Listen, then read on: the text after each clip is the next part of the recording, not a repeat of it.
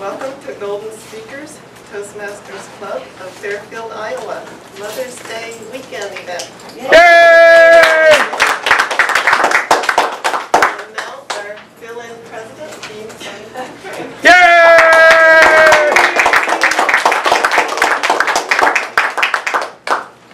Welcome, everyone. I think I'm a past president, somewhere in there. Way past. Way past. Ancient. But it's still all there, you know what I mean? So we're very happy to have everyone here tonight. Of course, those of you that are watching from home, we meet every Tuesday evening, 7:45 to 9:15. You can pretty much take that time to the bank. We meet at the First United Methodist Church at the corner of B and Briggs. Come on in on the east side, come on downstairs. We'd love to see you, and feel free to bring friends, and we know you'll have a good time. Do we have any guests here today? We have all members, such a good group. All right, good. I'm sort of a guest, but part of the family. That's The right. extended family. That's right. Okay. Professional. Well, I think then we will just move right ahead into our program for the evening. I am also the Toastmaster. Take this hat off, put this hat on. Mission statement. Pardon? Mission statement. Mission statement. Ha! All right, let's all do this together. Hey, you don't think I remember? Right? I totally trust that you. This is so in the DNA. I trust that you could lead us in it perfectly. That's right. All right, here we go. And a one, and a two, and... The mission of the Toastmasters Club is to provide A mutually supportive and positive learning environment in which every member has the opportunity to to develop oral communication and leadership skills, which in turn fosters self-confidence and personal growth. Yo!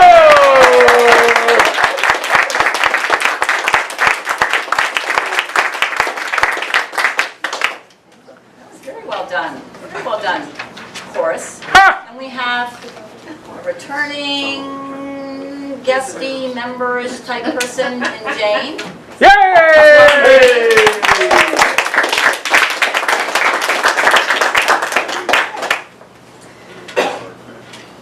Are we ready to move on as Toastmaster now? Yeah. All right. So I'm going to announce our role players. Tonight we're going to have our general evaluator who will take over the second part of the meeting. His name is Bill Dyer. Let's give him a hand.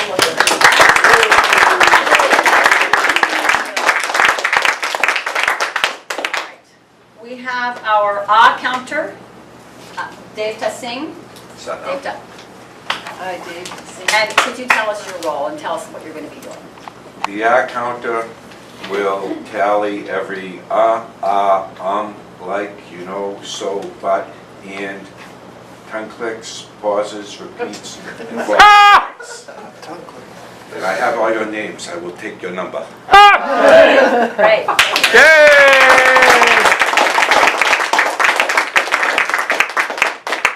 All right, let's hear from our grammarian. Is our grammarian ready? Will? We'll move on here, okay. The timer on Multimum. Tell us what your role is.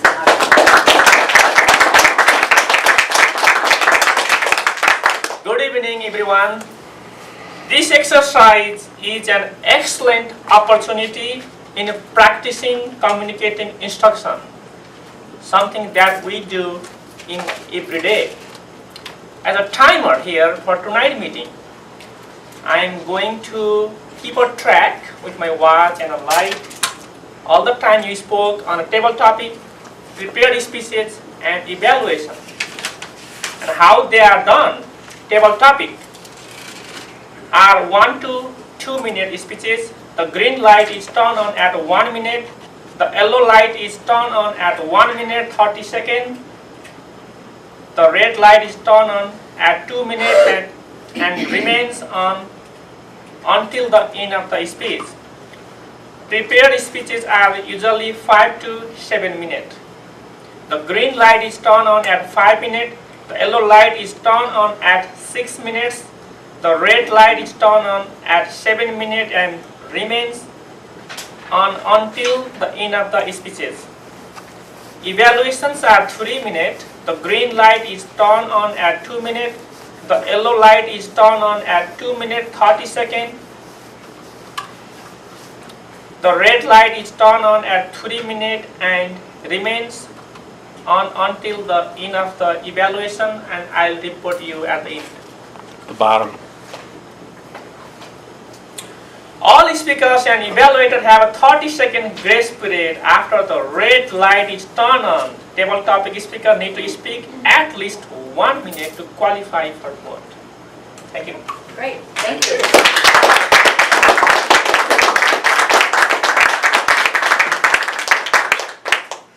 Now I'd like to hear from our grammarian, Will Burns.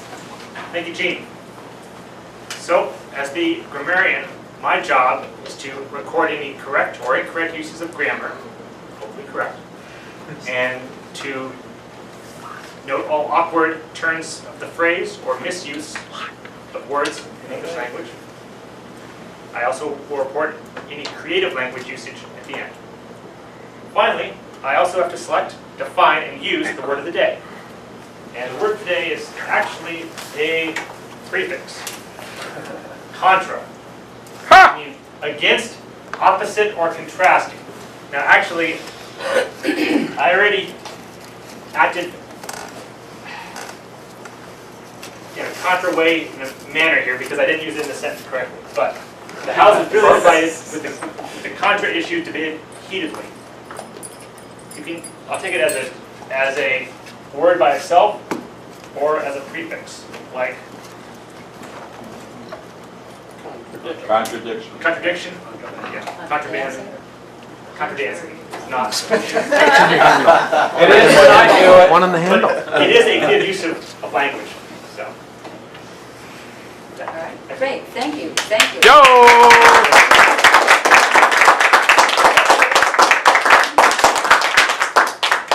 Tonight, our greeter and our joke master later in the program has been and will be Darlene Martin. Thank you very much. Yo!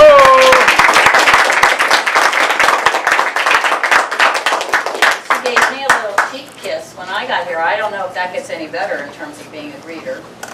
Ballot counters, Jesus Rios and Jeff Shipley, and a leader counter, Will Burns. I'm not sure exactly what that is, but so there we go. At this point, we'd like to move into the table topics section of the meeting, and I'd like to ask our table topics master, Vera Rose, to come forward and lead that section.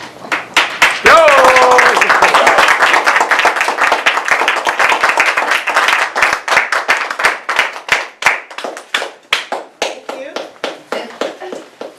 Toastmasters, yes, viewers at home. Our topic is Mother's Day. So this, I think, will be easy for everyone. I'd like to see some that haven't done this yet, or maybe not much, to come up and choose one of these numbers, whichever one, and it's going to be something about your mother. So, let's begin. Anybody ready to come up? Jesus. Okay, so Yay!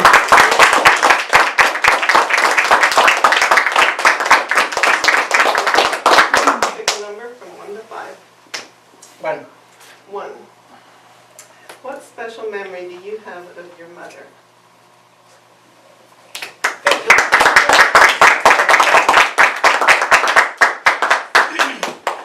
Good evening, fellow Toastmasters, viewers at home, honored guests, or as I heard, return. Welcome, nice to have you back. I really don't need to take a second to think about this. As our Madam Toastmasters table topic said that it was going to be easy for everybody. She's accurate on that. I wish I had enough time to tell you, but I only have 2 minutes and a half to stay within my margin.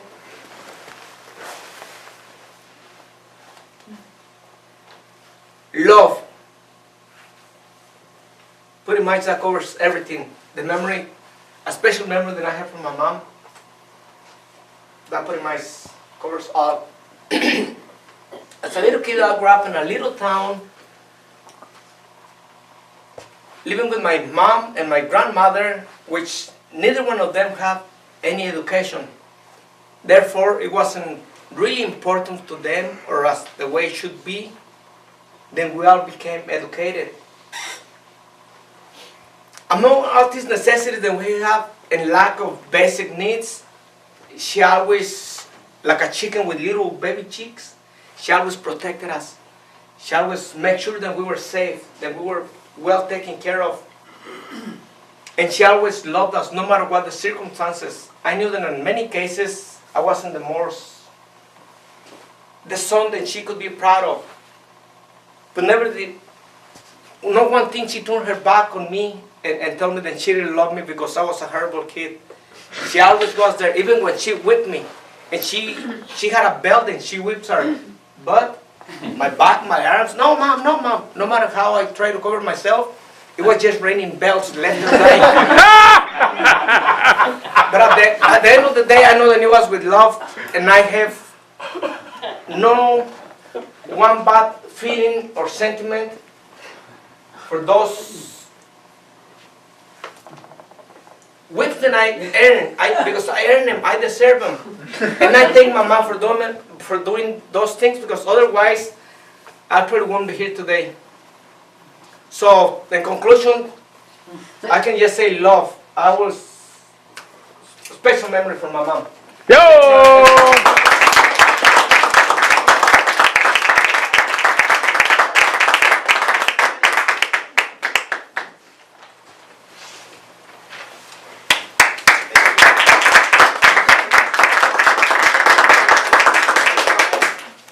Before I say that, when I heard Jesus speak, I thought I had to go for this. Number 2. Number 2, if you were a mother, what would you be sure to do for your children and why? Ha! Thank you.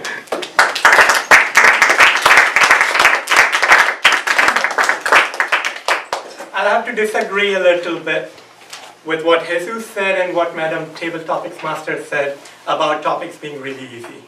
This one is certainly not one of them, especially because I'm a guy and I would never experience what it feels like to be a mother.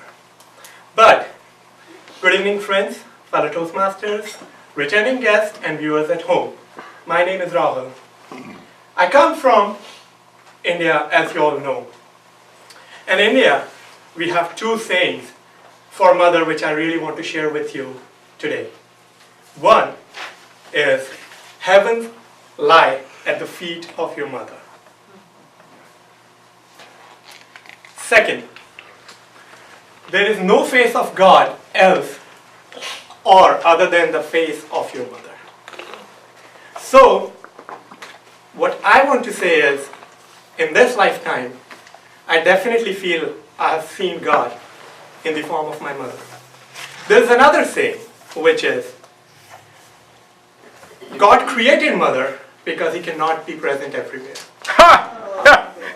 So, there is definitely God in this world in the form of your mother.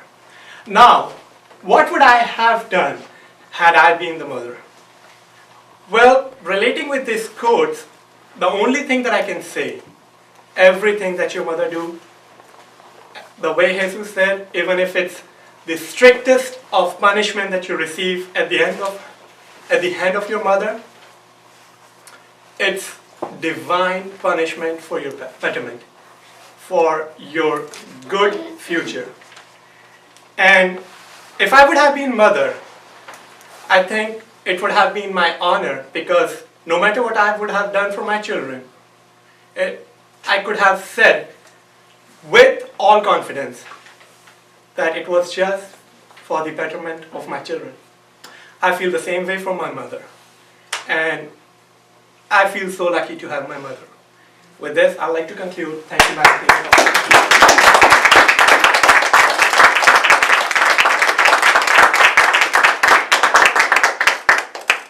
Eddie wants to do one.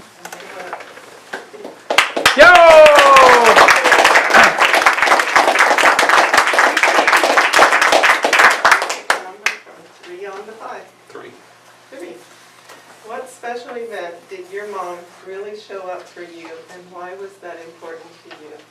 Ho, ho, ho.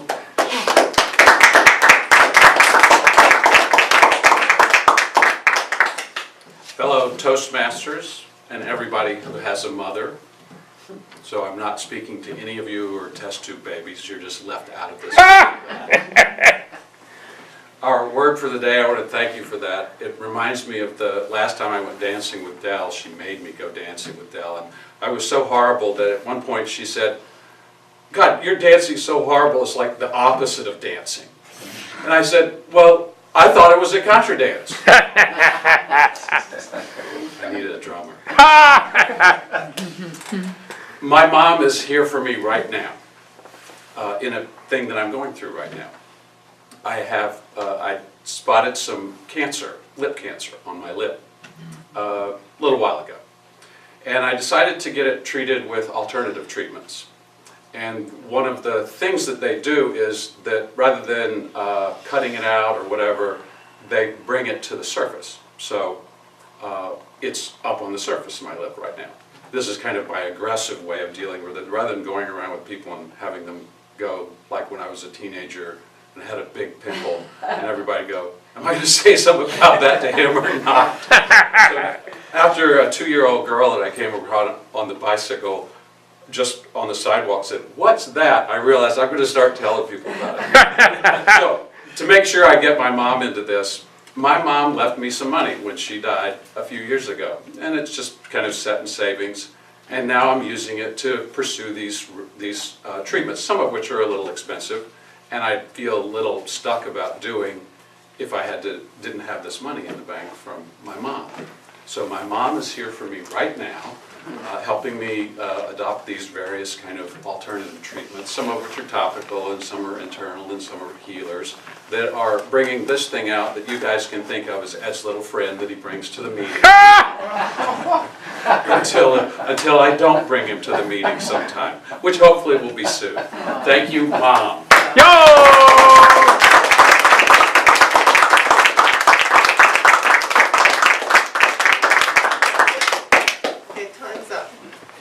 I would like to leave you with one more quote, the quote that I heard very often in the community where I grew up, where women were invited to stay home and be mothers. It was, "The hand that rocks the cradle rules the world." So may we all somehow be tender role models. Thank you. Whoops. Everybody qualified? Qualified speakers are Raul Batz and Ed Gibb. Please vote. Yay!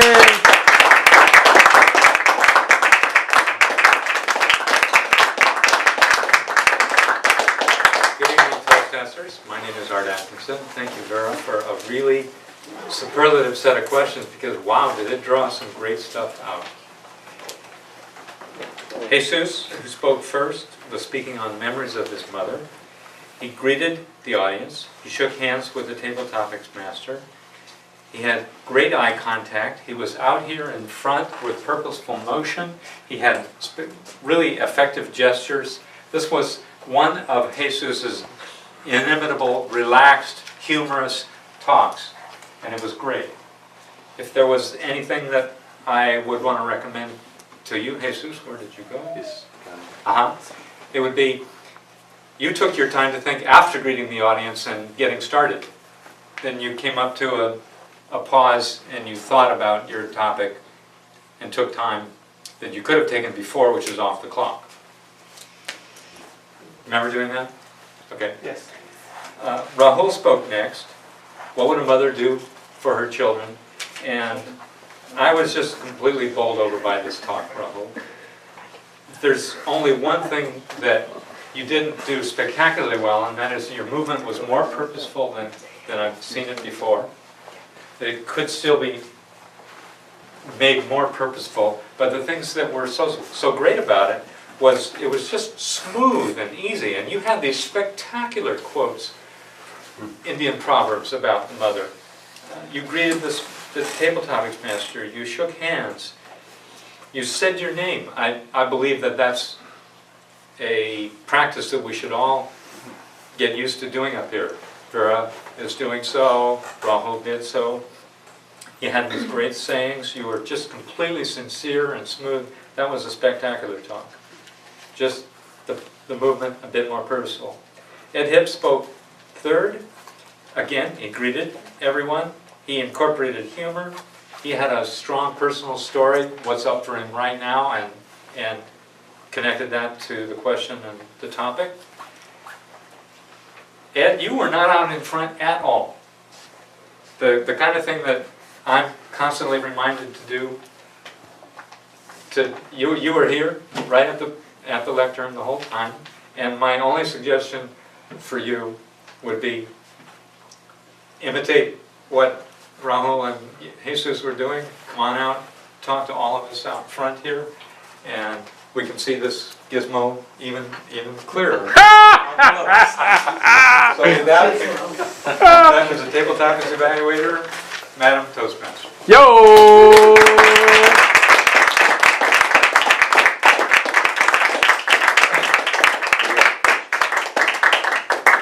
Really well done.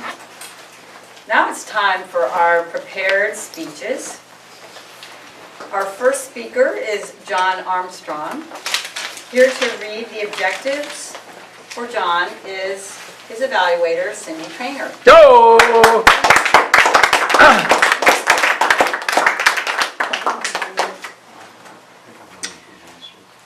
Fellow Golden Speakers, honored and esteemed guests and viewers at home. Tonight, John Armstrong is getting his toes wet in vocal variety. He's trying that on for size. That's project number 6 in the Competent Communicators Manual. His objectives are to use volume in his voice, pitch, rate, and quality to reflect and add meaning and intent to his message. To pause, to enhance his message. And the vocal variety, we hope it's smooth and natural. He's a smooth man, that ought to come out real good. I wrote that on. To introduce John, he writes, as many of us, John Armstrong enjoys vivid and enthusiastic stories. Although not much of a storyteller himself, tonight he hopes to tell a story about 2 ghostly encounters. As he fulfills his CC number 6 speech, Vocal Variety, the topic of his talk, and his title is Ghost Encounters. Please join me in warmly welcoming John Armstrong.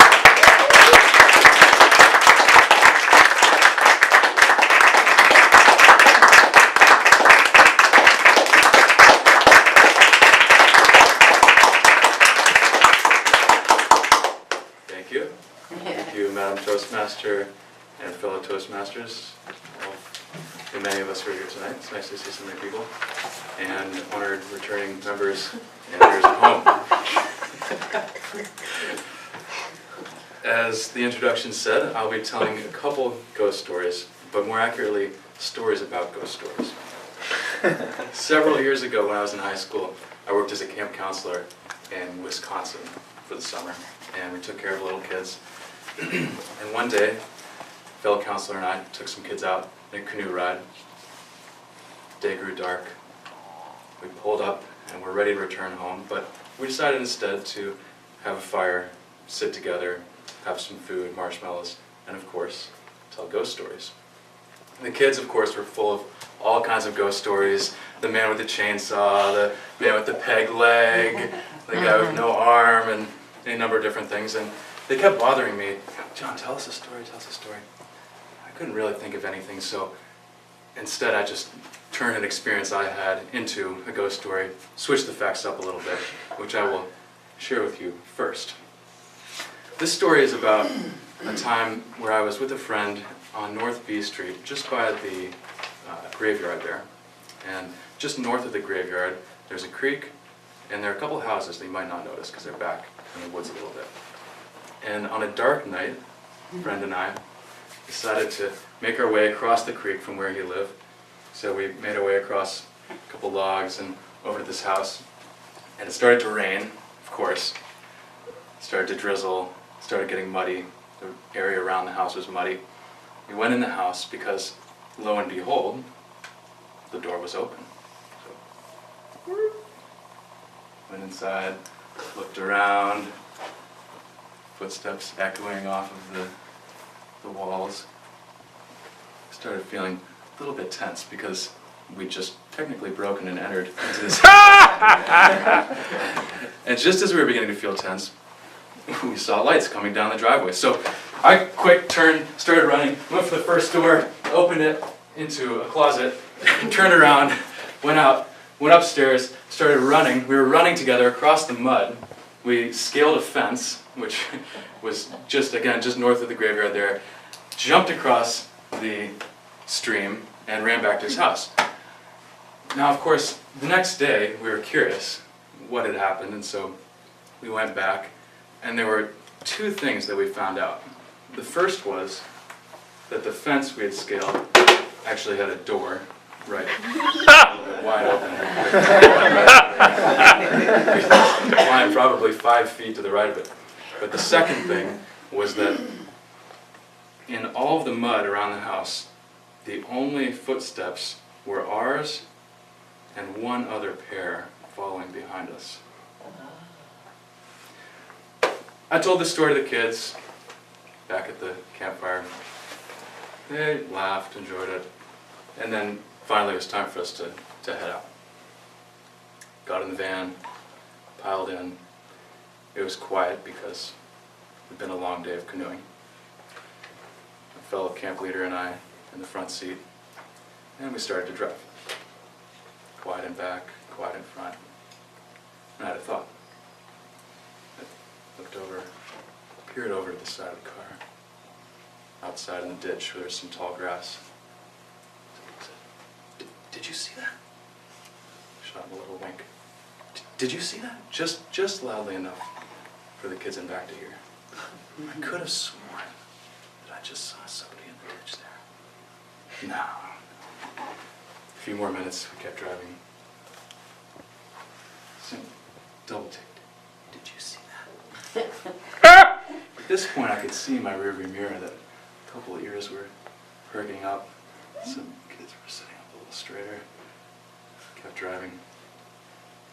And then hit the brake. Everybody lurched for it. What was that? What? How did that? Now the kids were really awake. Kept driving. And a third time. My God, I swear, I could have sworn I just saw a hand on the bumper. Kept driving. Jerked the car forward again.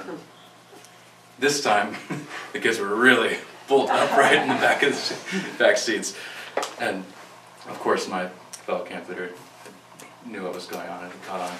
I said, kids, I don't want to alarm anybody, but just so you know, I think that there might be somebody underneath the car who has the emergency brake. And I just want to tell you all, if we stop, don't get out of the car. Lock the doors. No. Some quiet whispering. And so at this point, we were still driving about 20 miles an hour. It's a gravel road. And I quietly slid the car into neutral. Hit the brake just slightly. But at the same time, started revving the engine, hitting the gas pedal. As we're slowing down steadily to a stop. Now the kids were really climbing all over each other. We stopped. I said, kids, don't move. This is a ghost story. Of course, at this point, there was a lot of finger pointing. Oh, you totally thought that he was... You believed. I didn't believe him. No matter what happened after that, the rest of the summer, we always thought back and reflected back on the ghost of the man in the ditch, on the side of the road, and the emergency brake. And I think They may forget my story of the graveyard, and they may forget my story of the muddy feet, but they'll remember the man that grabbed the bumper to the party star. Thank you. Yo!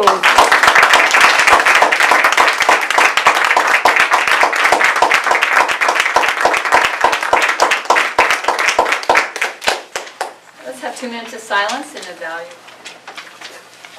Our next speaker will be Stacy Maurer. And to read the objectives for her speech, I'd like to welcome Dan Craig.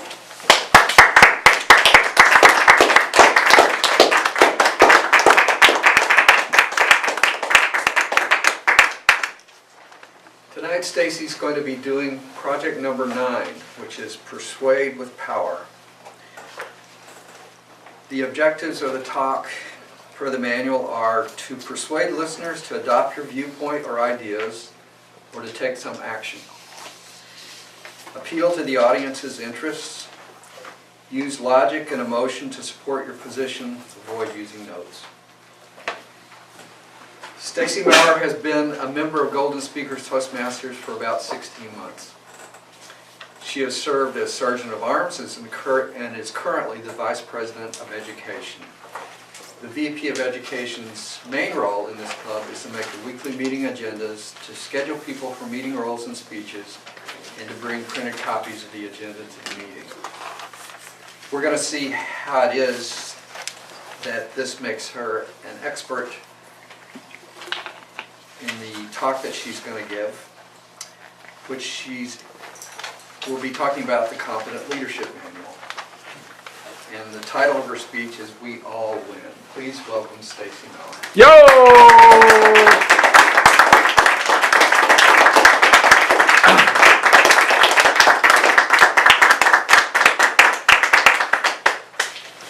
Fellow Toastmasters, honored guests, viewers at home, but most especially fellow Toastmasters. Why did we join Toastmasters? Can anybody tell me? To develop self-confidence and personal growth. Ha! Very good. Ed? Tom said so. Anybody else? That's not the answer I'm looking for. Communication. I wanted to be able to speak confidently in front of people. Yes, that is it. That's why I joined Toastmasters. I think that's probably why most of us joined Toastmasters, for those other reasons, but mostly it's to be able to speak confidently in front of people, improve our speaking skills.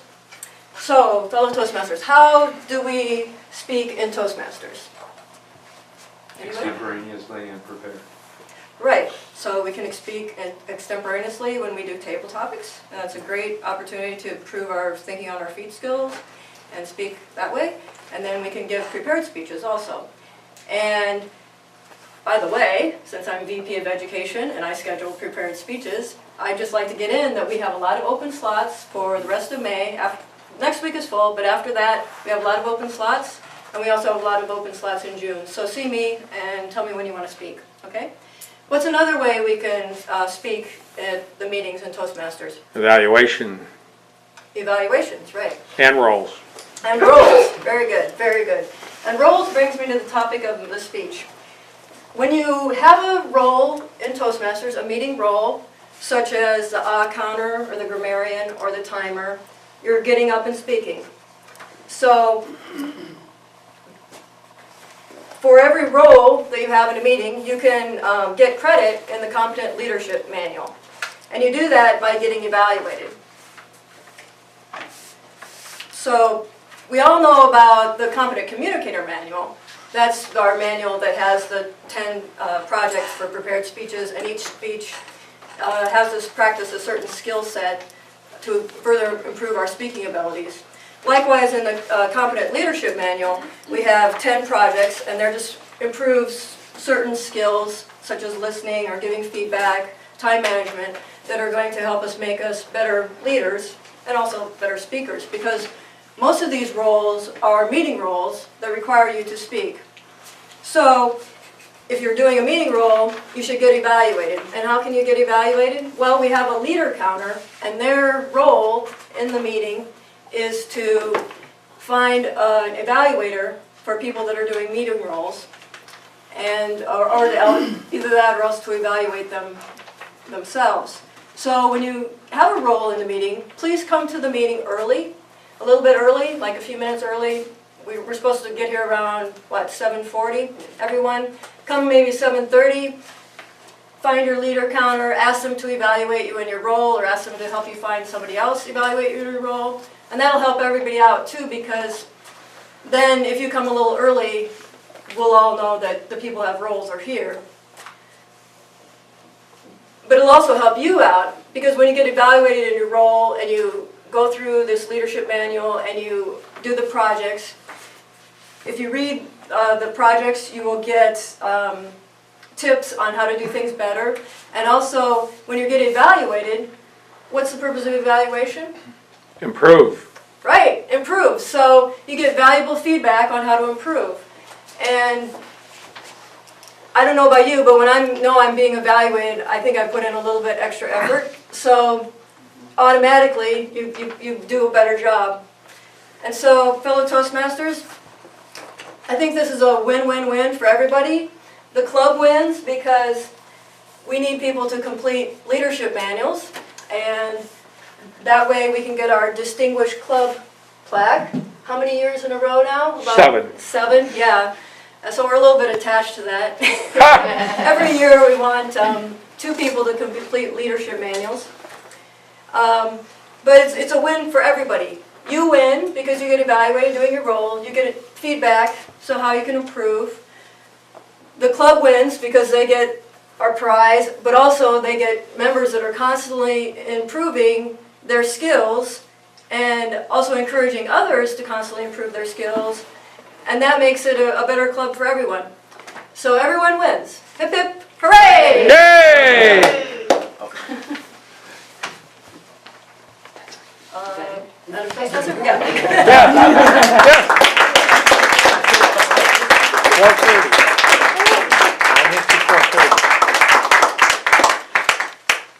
Got 2 minutes to evaluate Stacy. One comment I'd like to make, not contra to Stacy, would be the competent leader, just something about the competent leader. Personally, I went through the whole thing, I got all my evaluations done, and I didn't read the content of the projects until after I got all those evaluations. So the whole point is to grow, and the way you grow is by doing the roles, but doing them in the context of the projects that they're within. And the way you understand the context is by reading the material, ideally before you actually do the role. I know that just seems very commonsensical, but it never occurred to me. So if you do have a role, ideally the sequence is you look and see where you're going to be evaluated in your competent leader manual, and then read the content of that, because as an evaluator you could be being evaluated for different things depending on which project you're in. Okay? It's a little known secret, but there it is. So. All right. Our third speaker, it's so cute, you know, when they're just a beginner and they're just getting started and they're a little nervous and not quite sure if they're going to make it all the way through on the icebreaker. But our third speaker is going to be giving an icebreaker today. That'll be Tom Trainer. So I'll give him our support. And to read the objectives for Tom Trainer is Rahul Vats.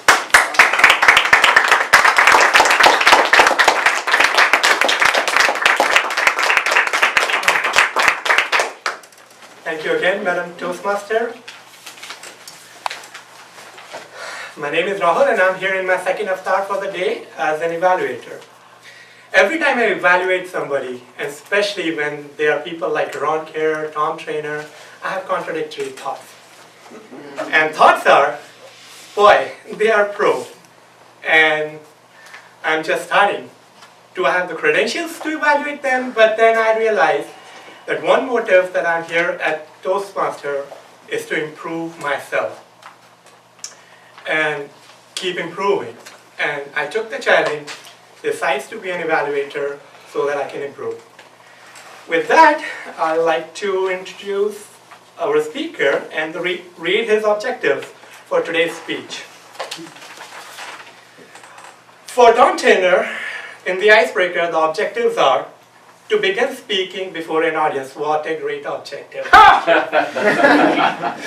Second is to discover speaking skills you already have and skills that need some attention.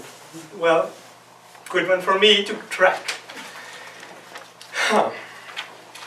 Tom Trainer is a 16+ year member of Toastmasters. Do I need to say anything else here? He is a double distinguished Toastmaster and is currently working on his third. Wow. He has served his club in every officer role, including being the Area 92 and Division E governor. Tom has started and mentored 2 new Toastmaster clubs, both currently operating at the Fort Madison prison. I think that deserves an applause. So,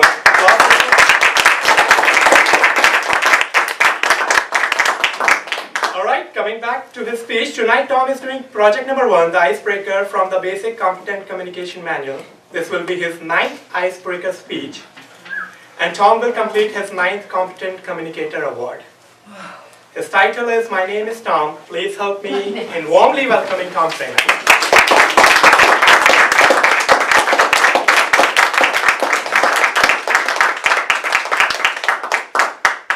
Madam Toastmaster, fellow Toastmasters, honored and distinguished guests, viewers at home. My name is Tom, and I'm an alcoholic. One of those guys where 1 drink is way too many, and 100 isn't enough. But that's not how I got in 12-step. I ended up in the 12-step program. I found myself living at a halfway house for divorcees, also known as the Rochester TM Center. Everybody living there was either divorced or in the process. And I got there and I realized my life's a mess, my life's out of control, my marriage has crashed and burned. And a friend of mine says, you know, Tom, you got a problem. I go, yeah, I do. I know I have a problem, but it's all her fault. He goes, no. You've got a problem. He says, I'm going to suggest that you go to the local New Age bookstore and buy this book. But you don't buy it, maybe you just might scan it. And if not, just consider what I've said. Well, I was going to blow him off when someone else, also close to me, former employee who I love dearly, says to me, you got a problem, boy. I was no longer drinking, but I had all the behavior of a dry drunk. So I wandered down to the New Age bookstore with all the hippies, and it's in the hippie, yippie, yuppie section of town. You know, long hair and suits, and you know, the ATM machine that dispenses what they call yuppie dollars, you know, $20 bills.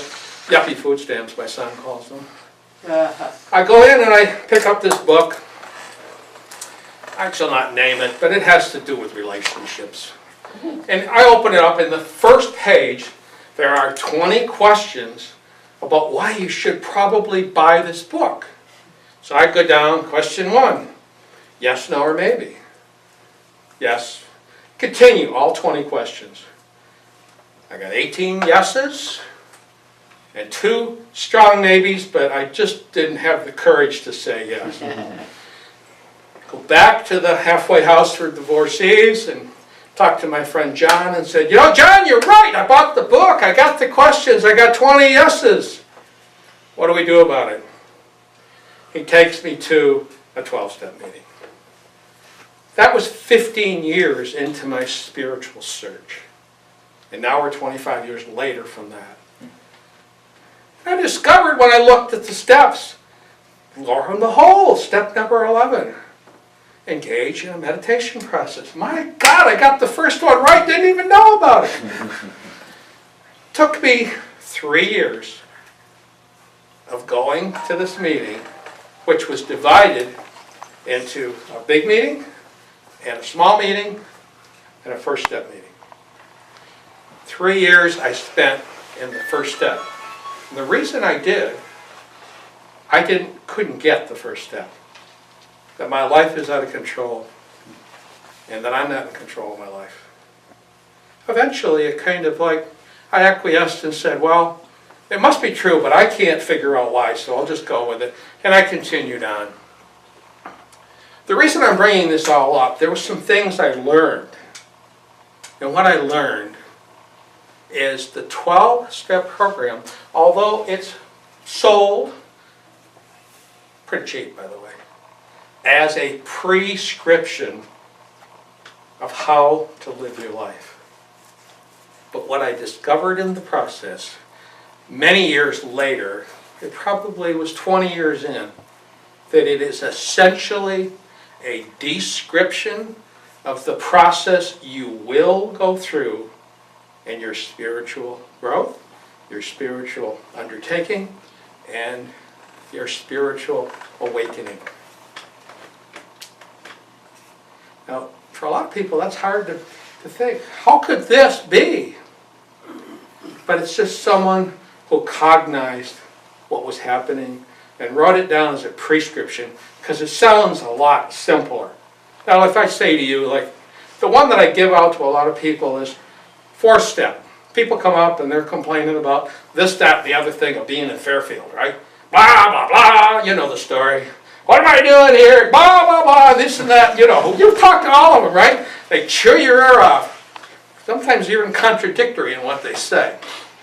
4-step says, be willing to take a fearless moral inventory.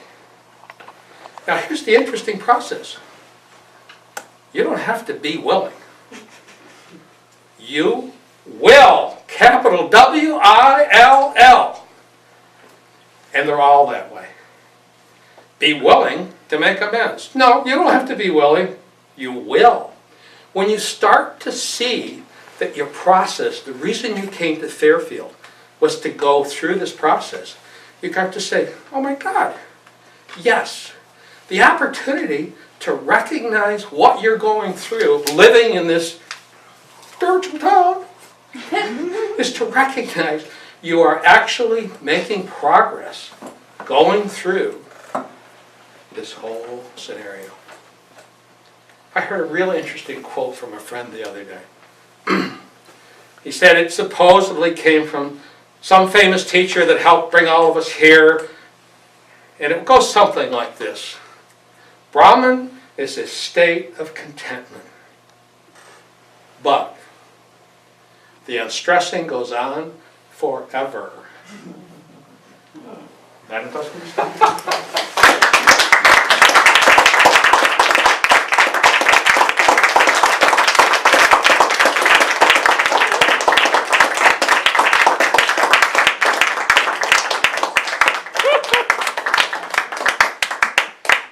Take 2 minutes to evaluate, on to our evaluation section.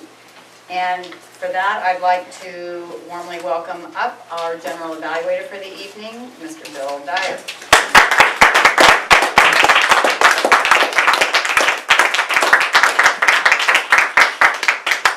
Thank you, Madam Toastmaster, fellow Toastmasters, guests, viewers at home. Don't want to spend a lot of time jibber-jabbering myself. That would be contra of my job tonight. So I'd like to invite Miss Cindy Traynor up for her evaluation of John Armstrong. Go!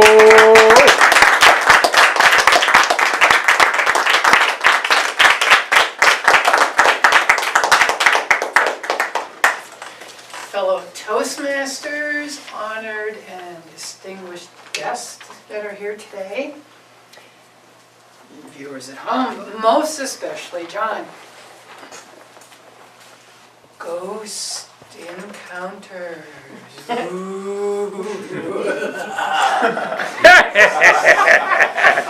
What a beautiful selection for vocal variety. Your topic facilitated vocal variety, most definitely. Well done. I liked your sound effect with the door opening. That squeaky doorknob. That was great. There could have been a few more, like going through the mud, maybe. You could have hammed it up a lot more if you wanted to, and made more sounds in appropriate places. But you had that one. You did that one really well, that squeaky doorknob. You had good volume variety with volume. You did a soft stage whisper. And then you talked, a lot of your conversational talking was in a normal tone. You were a little bit louder on some occasions, but you could have followed Bill Dyer. He stands up here and shouts. Yes! There's lots of vocal variety in his evaluations and whatever else role he has. Your rate was great. You varied it. You spoke quickly and you spoke with pauses and you slowed it way down when you wanted to make emphasis. Like when the kids were wide awake and rigid in their seats, there was great vocal variety and pause and vivid expression. Your expressions conveyed emotion like the kids, like, what's going on? And I really liked your vocal variety, your word choices. The one that really stuck out in my mind was, and I quote, footsteps echoing off the walls when you were in the house. There were many more too, but that one really struck me because it really gave a sense of eeriness and some emotion in there with like trepidation and a little nervousness, which was very well placed in your story. Your talk was well organized. It was a linear flow from the beginning of your story all the way to the end, in each of your small stories that were part of your talk. My one suggestion would be to, one place you had your words, you were speaking so quickly, your words tumbled right out, and I missed them. And I got lost briefly, but that was only temporarily. I really enjoyed your talk. I really look forward to a lot more. Mr.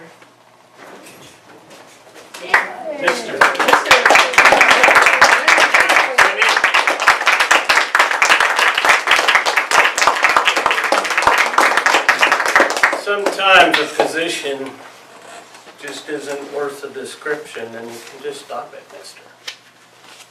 I'll be that. So since I am now Mr., I will continue on with Mr. Dan Craig's evaluation for Stacy Mack.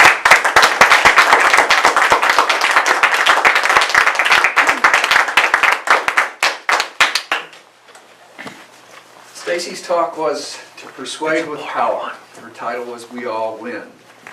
I'm going to follow through the manual and give you my opinion of what she did well. The first question is, did the speaker project sincerity and conviction? I think that's definitely true. We felt that from her as she stood in front of us. Was the speaker a credible source of information about this topic? I would say that the VP of Ed is the most credible source we could have had in talking about the leadership manual and how we can get credit and evaluations. Did the speaker phrase her appeal in terms of the audience's self-interest? Yes, this was actually the way that she developed the central theme of the talk. And I'm going to talk about actually a couple of things altogether. The self-appeal, facts and reasoning, and the speech organization. Those were all good. And she had a nice little sequence. She got our attention at the beginning by asking questions. Why did you join Toastmasters? Then she asked another question. What are the ways that we speak? So she led into from there, that there are 4 ways that we talk. One of those is to fill roles. Then from there she explained that it's in our self-interest to fill roles because we get evaluated. From those evaluations we improve.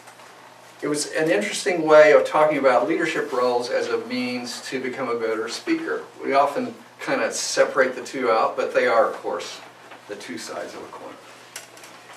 I thought that was all very effective. Did the speaker properly use emotion to persuade the audience to support his or her view? I thought that could have been a little stronger. I believe the emotion that got stimulated for me was pride.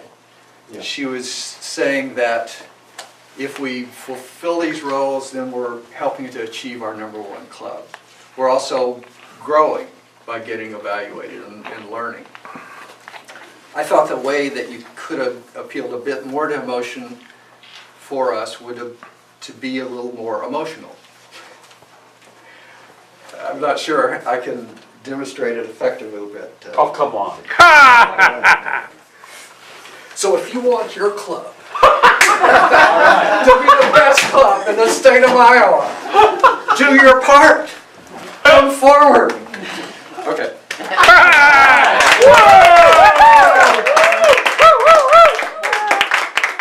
Did the speaker's body language and vocal variety contribute to the message?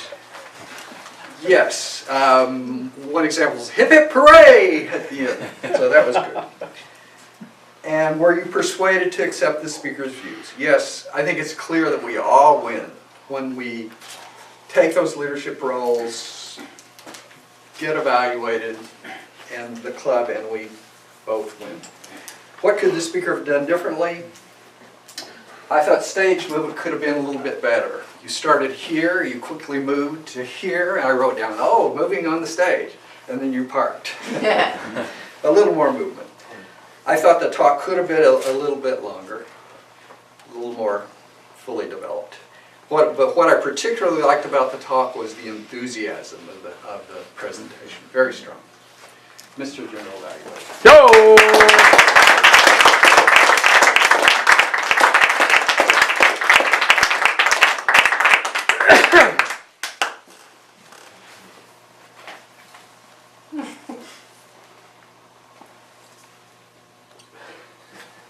You're wondering if I forgot what I was going to say, but I didn't.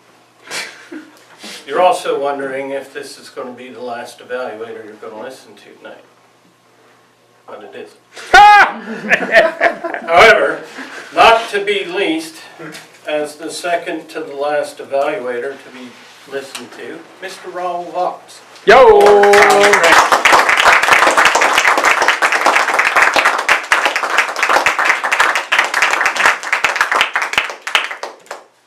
Good evening, friends, and a very, very special good evening to Tom. One thing that I really have to admit, every time I evaluate, I learn a great deal. So thank you for letting me be the evaluator. Starting, I like to stick to the manual and follow what it has. But to start, Tom is definitely a pro, and he is good at what he does. He started with greeting and introducing his talk topic. My name is Tom Trainer.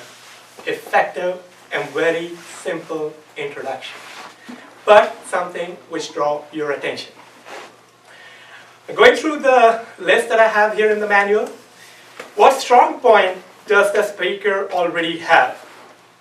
There's a list that I have listed down here, and if I want to read this, it would take me forever. Keeping it short, one thing that I strictly and very strongly believe, Tom has a lot of experience. He has great vocal variety and a lot more things which I would tell in my evaluation. How well did the audience get to know the speaker? Audience already knew the speaker. I'm pretty sure everybody here knew Tom from before. Raise your hand if you do. So see, pretty much everyone knew Tom. But even if there was someone who would not have known Tom, I'm pretty sure would have known Tom by the end of his speech. It was that much about Tom. Did the speech reflect adequate preparation? I think this is something we all can learn from Tom. I don't know how many number of times did he prepare and rehearse, but the preparation was well evident. Did the speaker talk clearly and audibly? Now this is the only thing where I have a little suggestion for Tom, because I think for most part he was good, but there were some part where I had to like try to catch up with his rate. So maybe slow down.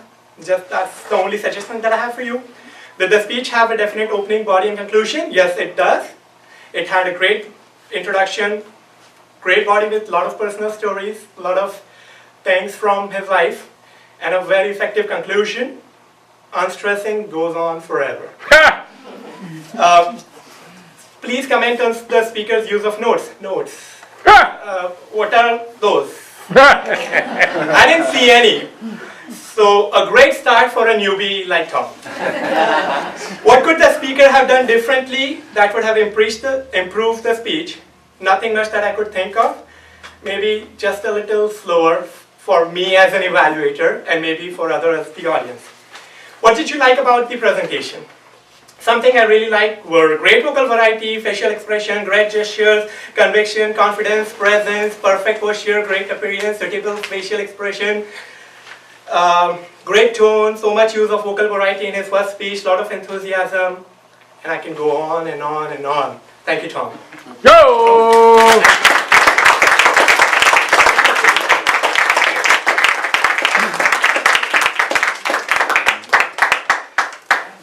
Mr. Timekeeper, did all of the evaluators come within time?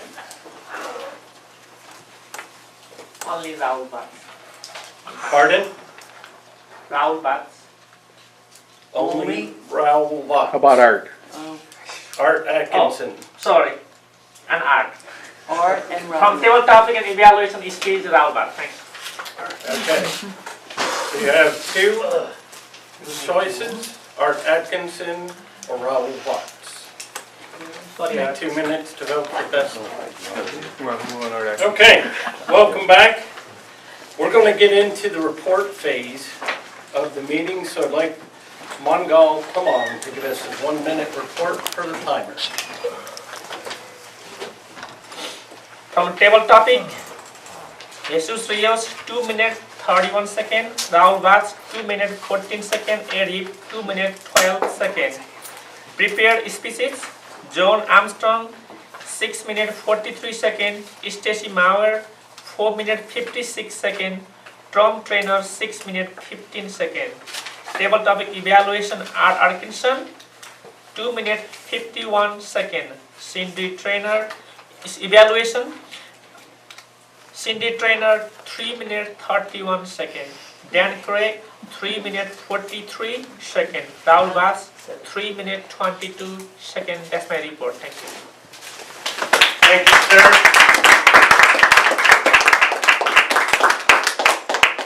That was right on time. Next, I'd like to hear from our counter, Donald Ferris. I was really impressed with the meeting. This is the first time that I've done the counting, and I say a lot, but I wrote down everyone's name before the meeting so that I could keep track and not try and write their names down and keep track of what they were saying. And people who used and, but, so were using them where they were appropriate, not as filler words as they were thinking. Vera Rhodes had 1 R, Rahul Bhatt had 3 R's, Stacy Ma had 2 ums and 2 so's, but there were 2 so's that were part of the speech. So it's a good learning experience for me to see all of these different parts of evaluating how someone talks and the difference between using language and but appropriately and using them as fillers. So outstanding job from everyone speaking tonight. Thank you.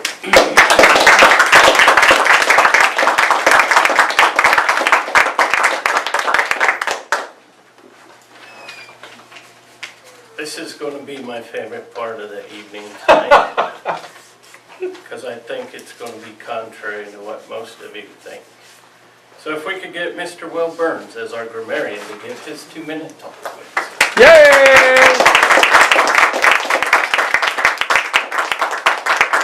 Thank you, Bill. Off the top here, word of the day users. Ed, Gene and Rahul once, and Bill managed to sneak in two there on me, right at the end. I did it once. Yeah. Those are the two I heard. Now, for the creative language usage, Jesus, love. That pretty much sums it up. Which is good because it was raining belts left and right. Rahul, seeing the form of God through the face of my mother. Sometimes I wonder if mothers see that same face in their children. Ed, the opposite of dancing, contra dancing. A great use of not only the word of the day, but also to kind of create some humor there and use the dance as well, which I love dance. So. And Ed's little friend. Vera, the hand that rocks the cradle, rules the world. John, lo and behold.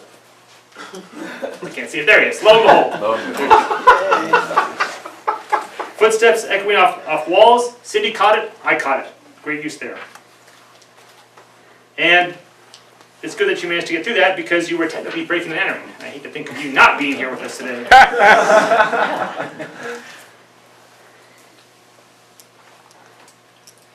Okay, with Tom, loved the yuppie food stamps, chewing off people's ears, with talking about Fairfield, which we've all experienced. And I never heard this before, where one drink is too much and 100 is not enough.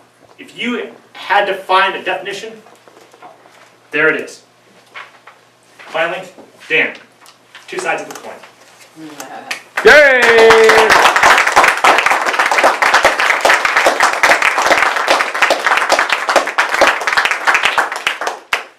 Okay, Darlene Martin is going to fulfill the second half of her greeter duty. Yay. But somehow she's got to overcome what Will just did as the grammarian. Good luck.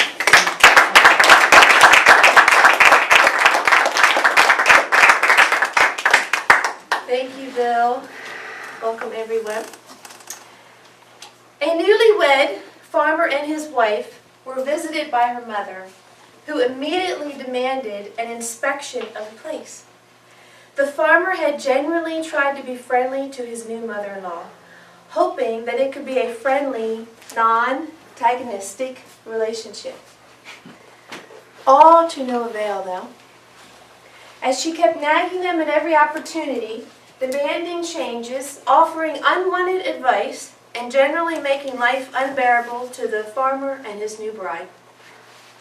While they were walking through the barn during the forced inspection, the farmer's mule suddenly reared up and kicked the mother-in-law in the head, killing her instantly. It was a shock to all, no matter their feelings toward her demeaning ways. At the funeral service a few days later, the farmer stood near the casket and greeted folks as they walked by. The pastor noticed that whenever a woman would whisper something to the farmer, he would nod his head yes and say something. Whenever a man walked by and whispered to the farmer, he would shake his head no and mumble a reply. Very curious to this bizarre behavior, the pastor later asked the farmer what that was all about. The farmer replied, "The woman would say, 'What a terrible tragedy.' And I would nod my head and say, 'Yes, it was.' The men would ask, 'Can I borrow that mule?' And I would shake my head and say, 'Can't. It's all booked up for a year.'"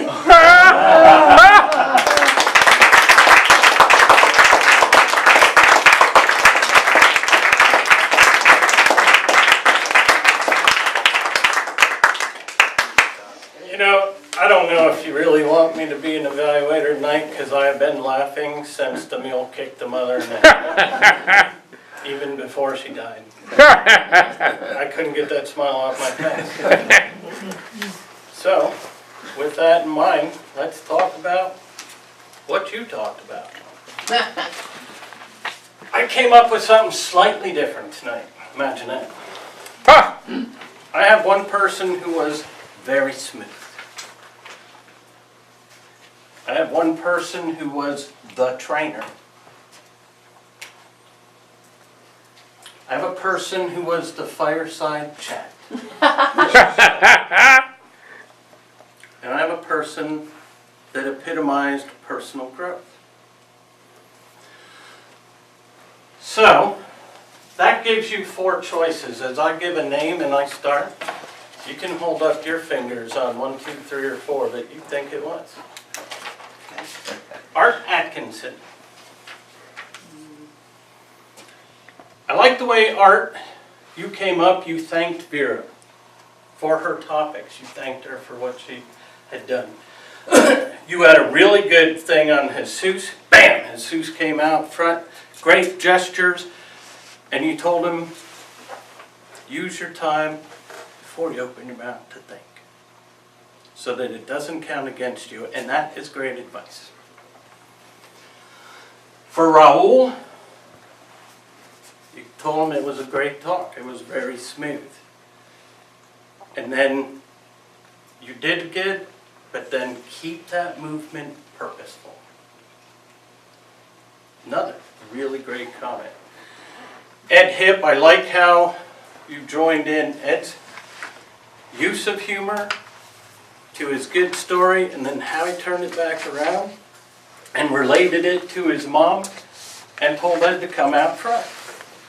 Art had everybody nailed down really good tonight, both in their actions, their presentations, and a really solid correction. Art, the one thing I would like from you is a little bit more vocal variety yourself. Cindy. Cindy was our G2 girl tonight. And that's not one of the 4 categories. 2, great, solid greetings. If you could throw a greeting out of the Toastmaster manual in the sky, Cindy and Tom come up here and BAM! Nail it. And they always use most honorable guests. They always elevate that up. I like it. Cindy has great comments. She comes out in front. She is totally theatrical in how she presents her things, complemented the sound effects, sets up great examples of every single point that she evaluates. Gestures, voice, quality, quotes. Can't hear you. Wrong. So, what would my suggestion be for Cindy? Start putting tapes of just yourself doing these evaluations on YouTube.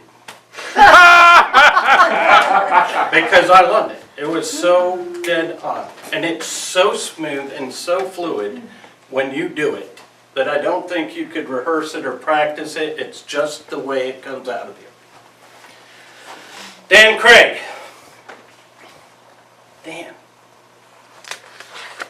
No greeting the first time you came up. No greeting the second time you came up. Suggestion already? Give somebody a greeting. Then come out front. But you just came out book in hand and laid out some good ideas. I liked what you gave Stacy. And my first thing when you did your intro, my first comment was a little more enthusiasm. And then you cleared that up when you were telling Stacy how to be enthusiastic.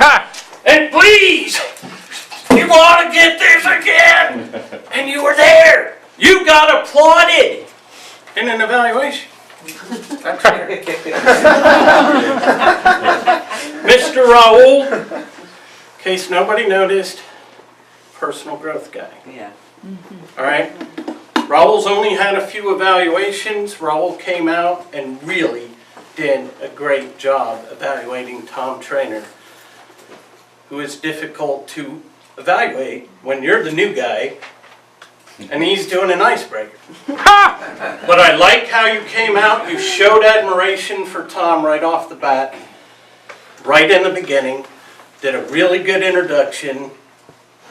And then you commented that Tom should slow down.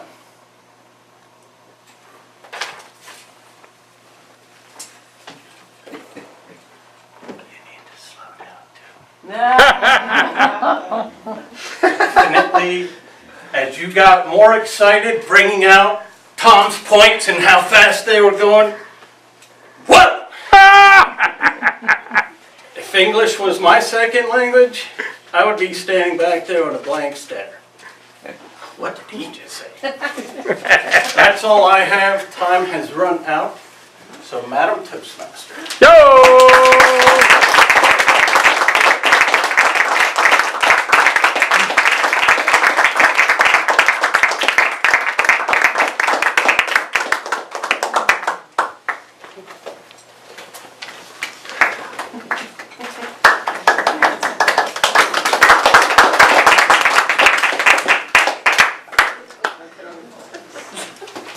All right, very good. We'd like to give our awards for the evening. Actually, before I do that, just sometimes when you're the Toastmaster, you get some little feedback, people, and that's completely fine to express for the group. This club loves to get up and speak. Stacy, we're all about getting up and speaking, and this is just a little comment about table topics. Because our club is a big club, so not everyone's going to have a role on a given night. When you're the table topics master, just be aware that, and you've got your schedule there, which people do not have roles, conversely which ones do, and just be sure to call on people, give people who don't have roles the opportunity to come up first. And then those of you that have roles, maybe just kind of sit on the hands. I mean, I know we're all eager to go. Just sit on the hands so that maybe we can have, we've had this definition for Jane, she's a returning guest. You know, do you feel honored for tonight? Well, I certainly felt acknowledged. I didn't really know my role. The category, returning guest. Anyway, so that's just a comment there from many years of experience with this program. Okay, so good. All right, now we will go to the awards. And drum roll, please. The topic goes to Rahul Us. Yo!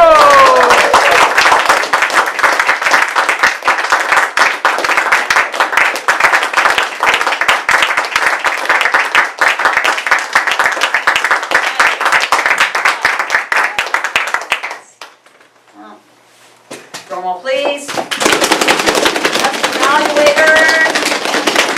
More exercise, Rahul.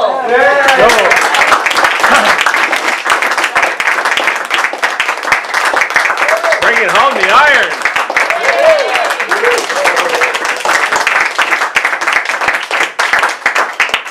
Finally, drum roll. Yo!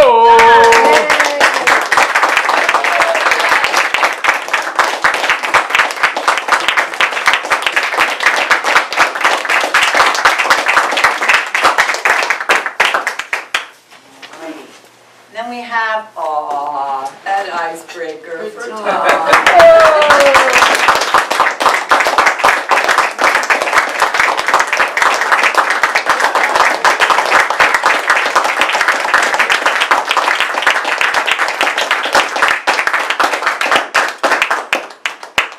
Is on the really thick part of the ice. It just doesn't seem to break, no matter how many times you try to break the ice.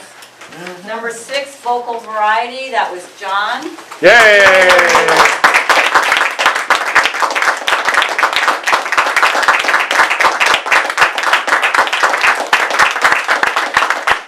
And then, piece number 9, persuade with power.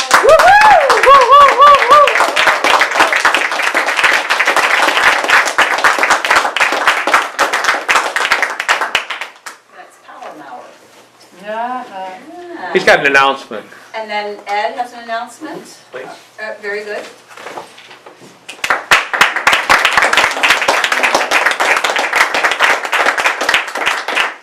actually, there's two announcements. The first one is that we have a special guest next week. We have added to the agenda a person that you might want to invite your friends to. It's Arthur Leland. Many of you know him as a corporate presenter through music of lessons. So it will be an educational presentation that he's going to do, and it will be musical. So there will be music going on in the bunker next week, so invite your friends. The next one announcement that I have is about an event that's coming up. I'm going to read you a list. Liam Neeson, Harrison Ford, Gwyneth Paltrow, Tommy Lee Jones, Peter O'Toole, Claire Danes, Samuel L. Jackson, Christina Ricci, and Art Atkinson and Tom Trainer. My birthday. I think I've heard of one of them. Art and Tom, on Thursday night, 2 nights from now, in Morningstar Studios, are going to be coached by an acting teacher who has also coached all of the other people that I read the names of. They have put their names in the hat. They're going to do a 2-minute monologue, and Tom's going to do a section from tonight's speech, a section from tonight's speech, and then Tom will give them some coaching, and then he'll have them start again, and he'll interrupt them and say, how about this with your hands, and how about this in real time from a professional of the highest order. If you would like to see those two guys really walking out on the edge, then come 7 o'clock to 10 o'clock to Morningstar Studios for a free actors workshop. We have people coming from Des Moines and Iowa City, all over southeast Iowa, to both observe and to participate as performers. You're all welcome to come. Yo!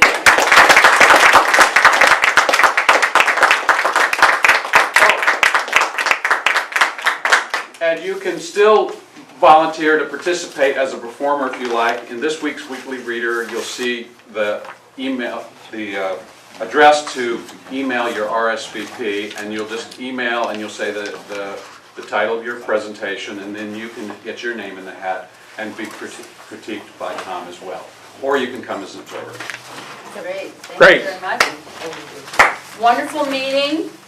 Thank you, returning guest. We'll be sure to see you soon. With that, we're going to close the meeting. And please stay and help and rearrange the room. Meeting adjourned. Thank you.